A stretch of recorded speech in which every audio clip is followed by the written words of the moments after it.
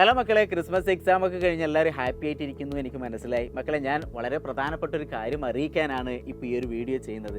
നമ്മൾ സൈലത്തിൻ്റെ നെക്സ്റ്റ് എക്സാമിനെ കുറിച്ച് നിങ്ങൾ കേട്ടിട്ടുണ്ടാവും. ഈ വരുന്ന ഡിസംബർ 29 സൈലത്തിൻ്റെ അടുത്ത നെക്സ്റ്റ് എക്സാം വരുന്നത്.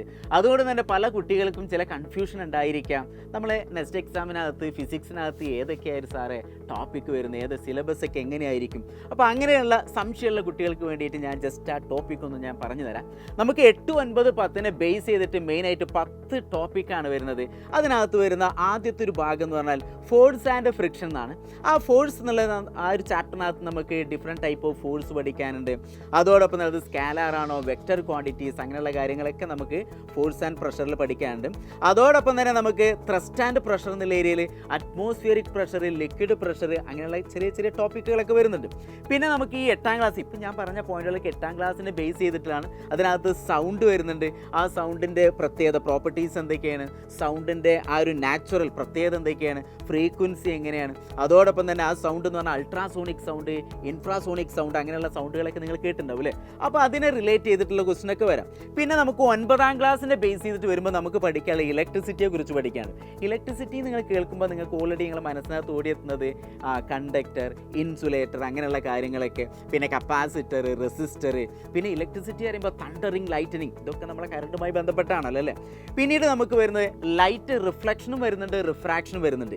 ഈ ലൈറ്റ് റിഫ്ലക്ഷനും റിഫ്രാക്ഷൻ എന്ന് പറയുമ്പോൾ നിങ്ങളുടെ മനസ്സിലേക്ക് ആദ്യം ഓടിയെത്തുക ലെൻസുകൾ, മിററാണ്. പല കുട്ടികൾക്ക് ലെൻസ് മിററൊക്കെ അങ്ങോട്ടും ഇങ്ങോട്ടും വ്യത്യാസമൊക്കെ തോന്നാറുണ്ട്. അതിനകത്ത് നമുക്ക് ഇമേജ് ഫോർമേഷൻ പഠിക്കാനുണ്ട്. അതോടൊപ്പം അതിൻ്റെ അങ്ങനെയുള്ള ഇമേജ് അത് വെർച്വലാണോ റിയൽ ആണോ, അതിനെ ബേസ് ചെയ്തിട്ടുള്ള ഇക്വേഷൻ, അങ്ങനെ ഒരുപാട് കാര്യങ്ങൾ അതിനകത്ത് പഠിക്കാനുണ്ട് അല്ലേ. അതിൽ തന്നെയാണ് നമുക്ക് എന്ത് വരുന്നത്, നമ്മൾ റെയിൻബോ ഫോം ചെയ്യുന്നു. അതോടൊപ്പം സ്കൈ എങ്ങനെ ബ്ലൂ കളറായി മാറുന്നു, സൺസെറ്റ് സൺറൈസ് സമയത്തൊക്കെ നമ്മൾ സൺ എങ്ങനെ ഒരു ഓറഞ്ച് അല്ലെങ്കിൽ റെഡിഷ് സ്പോട്ടായിട്ട് കാണുക, അങ്ങനത്തെ കാര്യങ്ങളൊക്കെ നമുക്ക് അതിനകത്ത് പഠിക്കാനുണ്ട്. പിന്നെ അടുത്ത 9ാം ക്ലാസ്സിന് ബേസ് ചെയ്തിട്ട് മറ്റൊരു ഭാഗം എന്ന് പറഞ്ഞാൽ motion in a straight line, അതിനകത്ത് മോഷൻ പഠിക്കുന്നുണ്ട്. അതോടൊപ്പം type of motion, laws of motion, അതായത് ഇക്വേഷൻ ഓഫ് മോഷൻ, അങ്ങനെയുള്ള കാര്യങ്ങളൊക്കെ അതിനകത്ത് വരുന്നുണ്ട്.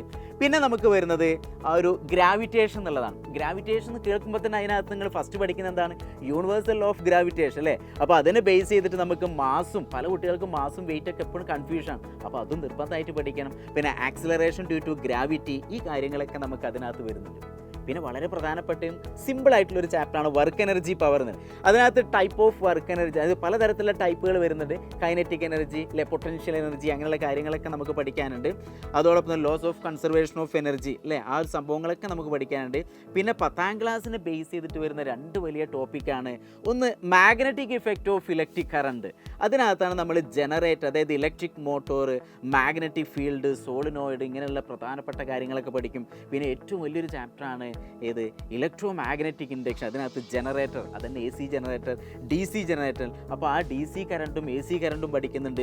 Transformer, mutual induction. അപ്പോൾ ഇത്രയും വലിയൊരു സിലബസ്, അതായത് 8, 9, 10 ബേസ് ചെയ്തിട്ടുള്ള ഒരു സിലബസാണ് നമ്മൾ ഇതിനകത്ത് പരീക്ഷയ്ക്ക് വരിക. അതുകൊണ്ട് തന്നെ മക്കളെ, ഈ ഒരു അവസരം നിങ്ങൾ എല്ലാവരും എന്ത് ചെയ്യണം, ഉപയോഗപ്പെടുത്തണം. ഈ സൈഡിൽ കാണുന്ന QR കോഡിൽ എന്ത് ചെയ്യുക, ഇപ്പം തന്നെ സ്കാൻ ചെയ്ത് പെട്ടെന്ന് എന്ത് ചെയ്യുക, ഈ എക്സാമിന് വേണ്ടി നിങ്ങൾ രജിസ്റ്റർ ചെയ്യുക. വരാനിരിക്കുന്ന നെക്സ്റ്റ് എക്സാം അടിപൊളിയായിട്ട് എഴുതുക. സൈലം സ്കൂളിൽ തുടർന്ന് പഠിക്കാൻ നിങ്ങൾക്ക് കഴിയട്ടെ മക്കളെ. അപ്പോൾ ഓൾ ദി ബെസ്റ്റ്.